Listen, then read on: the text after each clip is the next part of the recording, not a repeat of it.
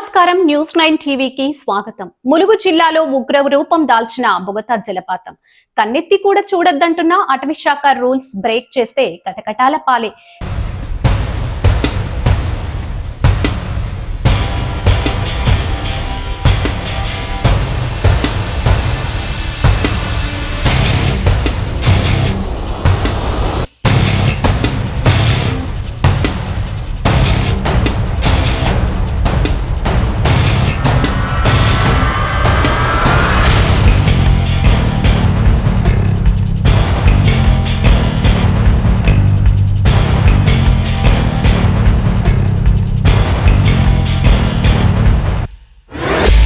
తెలంగాణ నయగారగా పేరొందిన ములుగు జిల్లా బొగత జలపాతం ఇప్పుడు డేంజర్ జోన్ గా మారింది.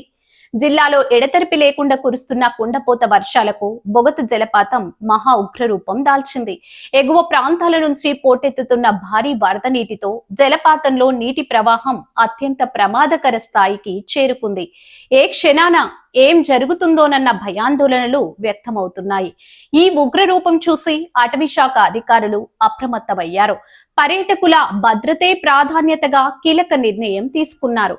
వాజేడు మండలంలోని ప్రసిద్ధ బొగత జలపాతం సందర్శనను తక్షణమే నిలిపివేస్తూ ఎంట్రీని పూర్తిగా బ్యాన్ చేశారు. ప్రస్తుత పరిస్థితుల్లో ప్రాణాల మీదకు తెచ్చుకొని ఎవరూ బొగత వైపు కన్నెత్తి కూడా చూడొద్దని అటవీ శాఖ అధికారులు స్ట్రాంగ్ వార్నింగ్ ఇచ్చారు.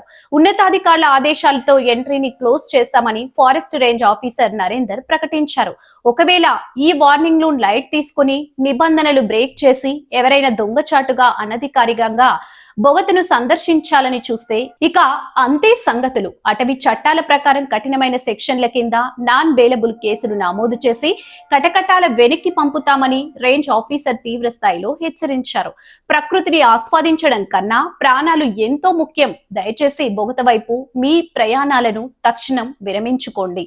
ఇది బొగత జలపాతానికి సంబంధించిన తాజా అప్డేట్. తదుపరి వార్తల కోసం చూస్తూనే ఉండండి న్యూస్ 9 టీవీ.